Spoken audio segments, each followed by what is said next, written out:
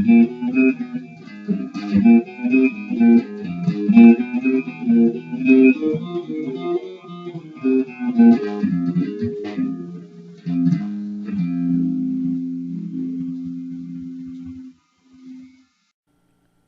there, and welcome to the Paula Fiscal Show.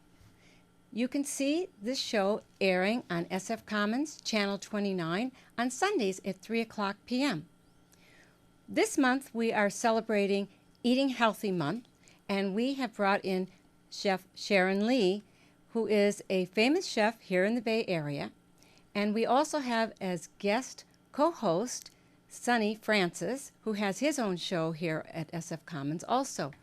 So we are going to start out with ingredients that are useful in one of Chef Lee's famous salads. Sonny, would you like to have any preliminary comments? Yeah, I'd like to welcome Chef Lee back to the program. It's a pleasure to have you. We had you on the last segment. This is dealing with healthy foods, and we expect to not get into the real, scientific aspects of food, but just the basics. So welcome, Chef Lee. Thank you. I have here also that 1 cup of raw kale provides your daily requirement of vitamin A, vitamin K, vitamin C, vitamin B6, manganese, calcium, copper, potassium, and magnesium. And then also it only says that there's only 33 calories. So this is a very good food to eat if you're watching your calories. Yes, it is. It definitely goes with the standards of intake per meal whenever you have it for your dinner, breakfast, or lunch. But hopefully this is what we're trying to do with this show, and that is to encourage you to try new foods that are what we call magic foods. So let's get back to what Sonny is going to be telling us. We are also encouraging you to just think about it, maybe starting your own little community garden.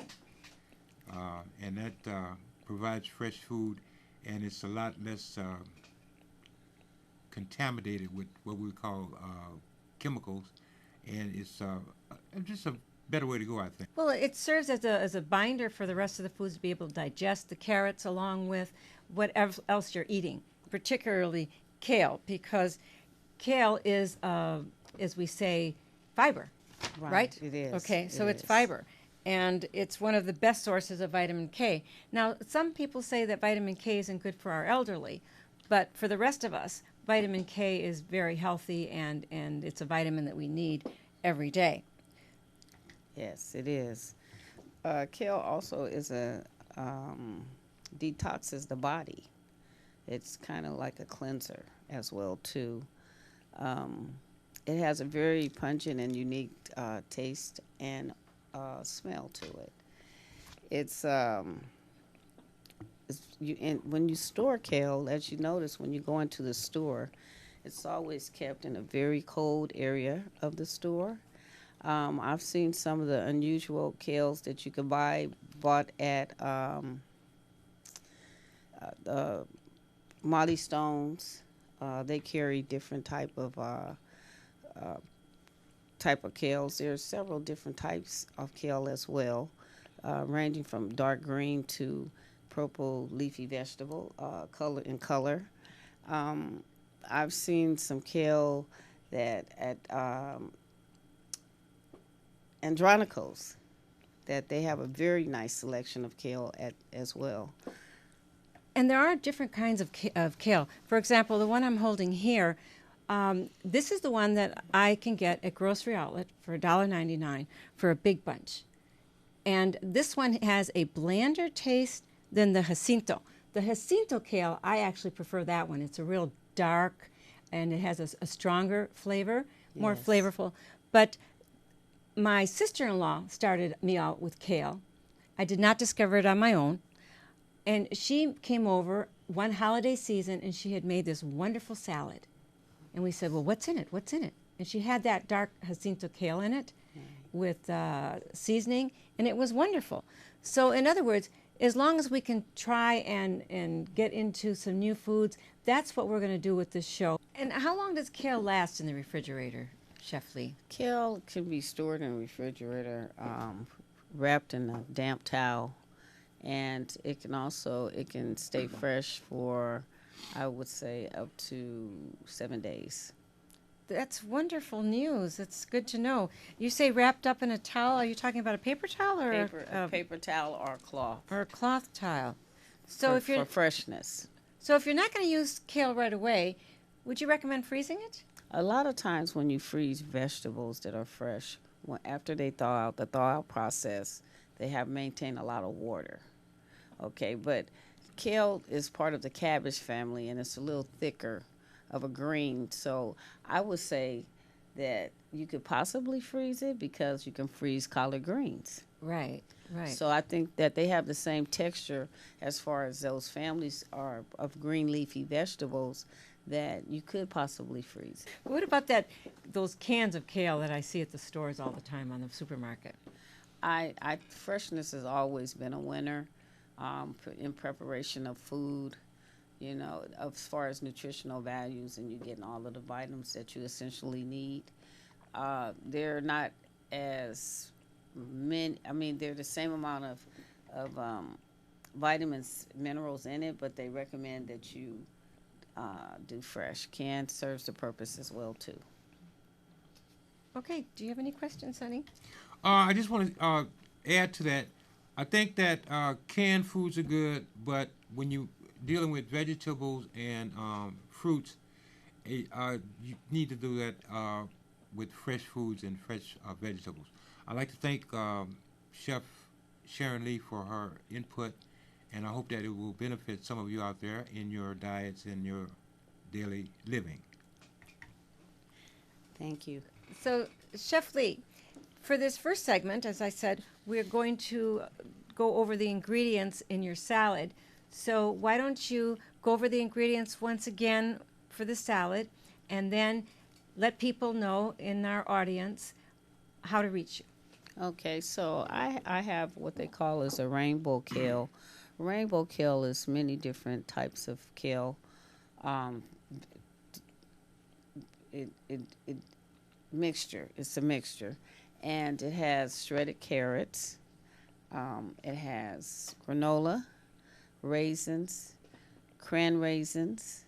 It has blueberries, blackberries, and cherry tomatoes in this salad with an Asian dressing that I prepared. Chef Lee, you want to start out with giving the ingredients of your salad? Okay, today we have a beautiful kale salad. The colors on top of it today is edible flowers. We also have cran raisins, granola, shredded carrots, purple cabbage, tomatoes, dressed in blueberries, blackberries, dressed in an Asian style dressing that I made. And we must say that it does look amazing, especially with those little flowers on top.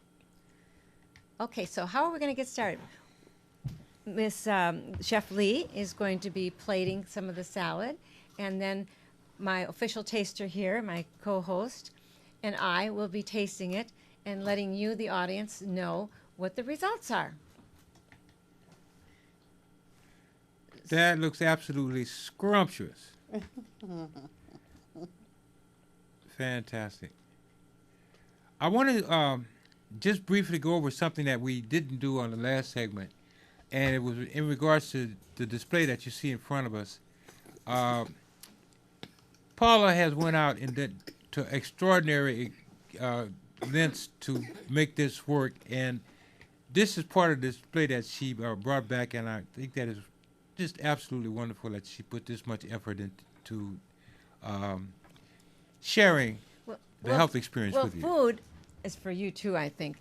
Has always been very, very important in my culture as a Mexican-American Latina. We are always talking about comfort foods, what makes us feel good when we eat. But kale in particular has some extra benefits, and that is that it has even a little bit of protein in it. And so for those that are diabetics, You can still get some protein out of the kale, and it helps with the digestive process. So would you like to tell us about the way you made this salad? Okay, so today I started out with shredding up the kale, and I shredded the carrots. I cut the cherry tomatoes in half. At that time, I had made sure all the ingredients were separated. The one thing about your tomatoes is that you don't want them to run with too much juice to weigh down your salad. The berries, you don't want to handle too much because the freshness and they can be bruised. The blueberries I added in. Actually, it's a salad that once you put all the ingredients in, you toss it up. Okay, and you can refrigerate it before any event or gathering you may have. I would recommend that you let it sit for like maybe a couple hours and chill down. And then at that point, just before serving, you can add your dressing. Okay, and at that time, because like I said, make sure the salad stays dry because of the granola and things like that is part of your crunch. So you want to wait till the last minute to dress your salad. And so that's interesting when you're talking about how the tomatoes should not have its natural juice added. You want a dry tomato to be put in there? Well, a lot of times, sometimes my experience is that when the tomatoes are maybe a little ripe, Right. they have a little bit more juice, and it has a tendency to have weight at the bottom of your salad as far as a lot of juice. So just, my personal preference is that's what I do. That's a very good tip for those of us that are interested in keeping our salads fresh. And then you also said that you should let it chill for a couple hours? Yeah, I mean, before, any event. Another thing about kale, too, is especially once you have chopped it or cut it up to your preference, soak it in cold water for about 10 minutes to bring out the colors, and it don't have that dry look to it. How about that? More tips for us. And our official taster is now ready to give us a comment. This is absolutely fantastic. This is great. What's the dressing? It's an Asian style dressing. Yeah, that's really fantastic. The ingredients in this salad are so complex, not really complex, but complex for me because I'm not a salad maker. What would the average person encounter in trying to put this together? Actually, what I would think, because some people can't have berries, and things of that nature. They may have an allergic, but I feel that it's a real simple and easy, like step 1, 2, and 3 to make.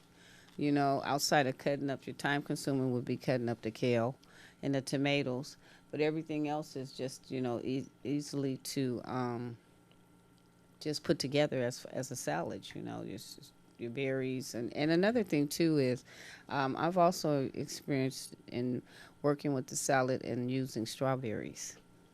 And are you going to tell us a little bit about the flowers that are in here? The flowers are edible flowers. You can't buy flowers and find them at most like Whole Foods or any high-end store, Molly Stone's, Andronicos that sell edible flowers, and I do that for the decor. They make them so pretty. The ones I really like to make it with is the orchids. And is there any nutritional value in eating an orchid?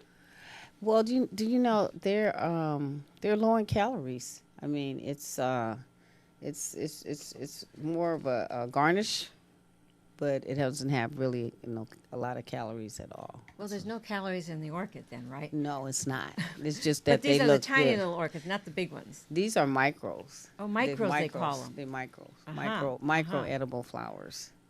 So this is something a little new for us also to enhance our visual Yes. anticipation of eating food. Colors have a great deal to do with what it is that entices us for an appetite to make us eat. I understand that the color red makes people want to eat more. The color green makes us want to eat less.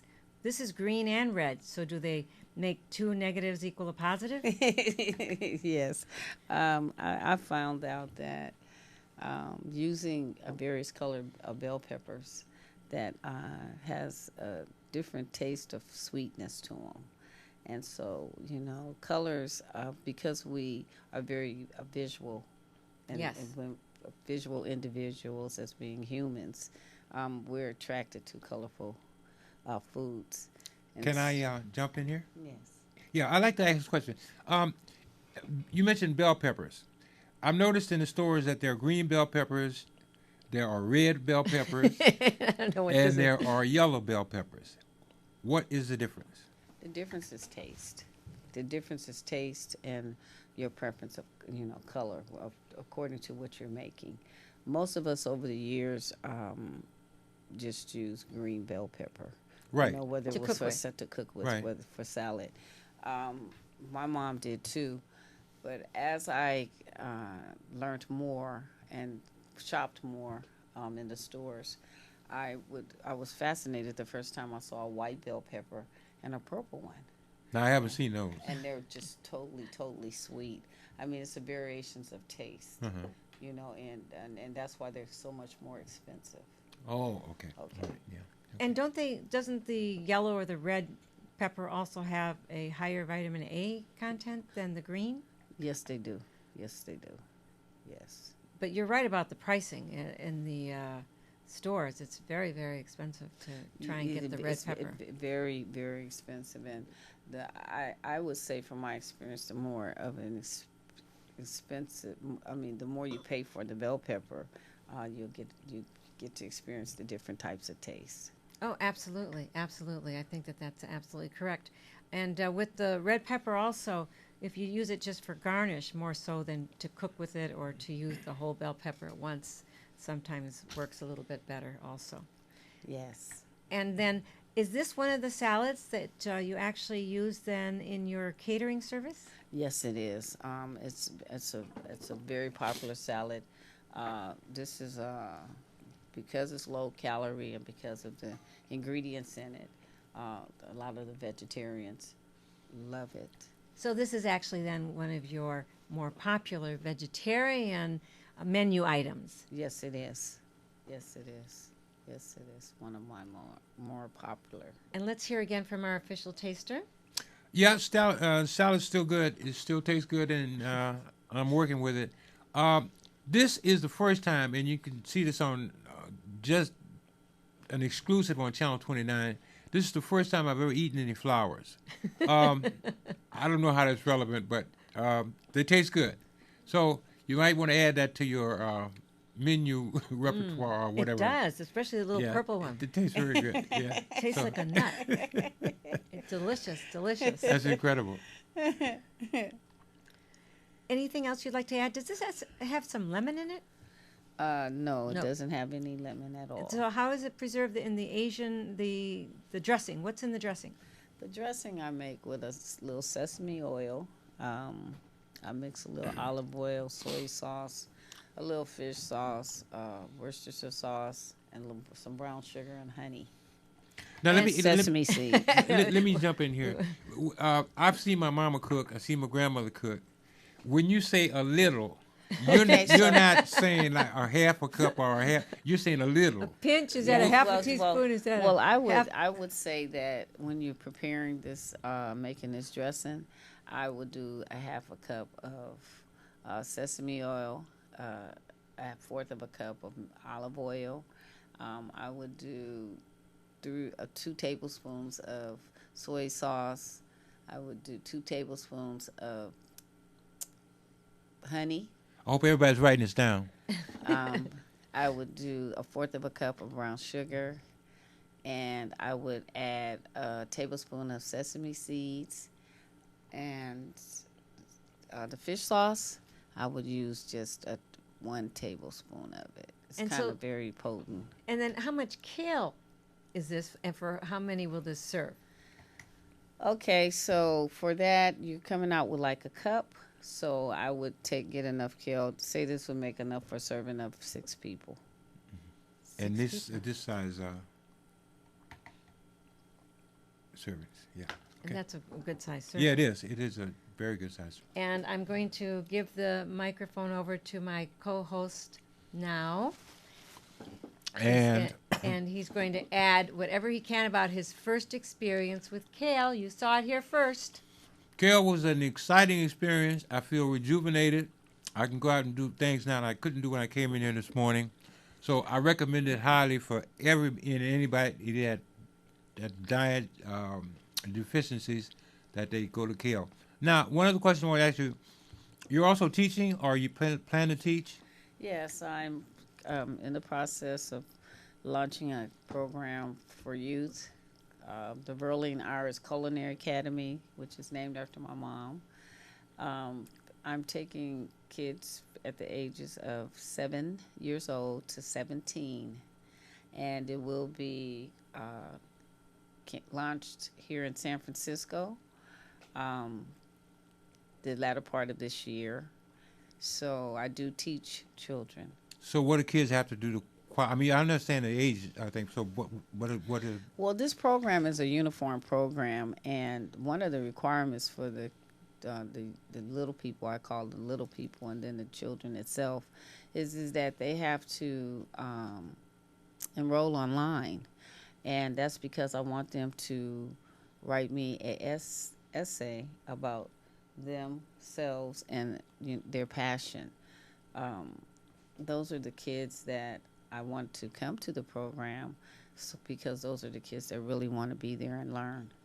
So you're talking about the kids, not necessarily the kids that want to eat, but the kids that are interested primarily in learning how to prepare food. Learning how to cook. And I couldn't think of a better age to start with than 7. And I think when we how do you put it, hang on to our youth at a young age and we nurture them, this is what makes success. But when we sort of wait until they get to be 13, 14, 15, it's a little bit harder to deal with.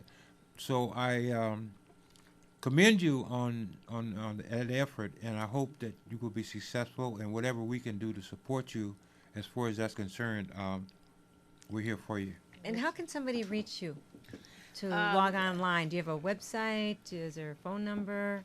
I have a phone number. Twitter account? Right now, we are working on our website to set it up so that the kids can enroll on it. I can be reached at 415-517-2851. And do you have a email? My email address is chefsdlee56@gmail.com. And then you also spoke a little bit about another social media last time you were here. I want to say the word Tumblr or something. There was another. It wasn't Twitter. It was something else. Pocketbook, or what was it called? Something I'm doing with the social media. A new social media, right? Thumbtacks. There you go, Thumbtacks. I have a profile on thumbtacks.com. It's an agency that they have spotlighted me on their page recently, and so they're working with me, and they hire professionals like myself, and we bid on catering jobs, and so that's where my profile is. So if you go on the spot for fine catering services under thumbtacks.com, and you want to read a little history about me and my business, and questions that I had answered professionally that you may want to know, you can look me up on thumbtacks.com. And I'd like to add here also that you have had experience at the Cliff House. You were part of the original staff, and you also have a background in working at the Moscone Center, our famous San Francisco Moscone Center, and you were working with the banquet staff there, serving thousands of people, not just 100 or not just the 6 of us that are privileged to be here to taste your wonderful kale salad. And you have a background also from New Orleans, correct? Yes, I do. And you had a chance to cook with an internationally well-known chef there by the name of John Besh. John Besh I was under his tutelage in New Orleans in the restaurant August, and he won Iron Chef of America 4 years ago. And he beat Mario Batali, the gentleman with the orange crock. And the two young men at that time that was, while they were competing, those were two young men that I worked in the kitchen with in New Orleans. So they made it to Iron Chef of America. So thank you so much for joining us, and we would like to have you check out our show on Sundays at 3 o'clock p.m. That's the regular SF Commons time on Channel 29. And you can also check up the all her shows on my Facebook page, Paula Fiscal Show, Facebook page, and on YouTube. So once again, thank you so much for joining us. And remember, take a look at the kale. It's a magic food. It's got vitamins, antioxidants. This is a newer, better way to eat 1 cup of kale, and you'll get all of the magic benefits. Thank you so much for joining us, and thank you for joining us, Chef Lee. You're welcome. And my co-host, So long, folks. Sunny Francis. Have a good day. Thank you for joining us. Thank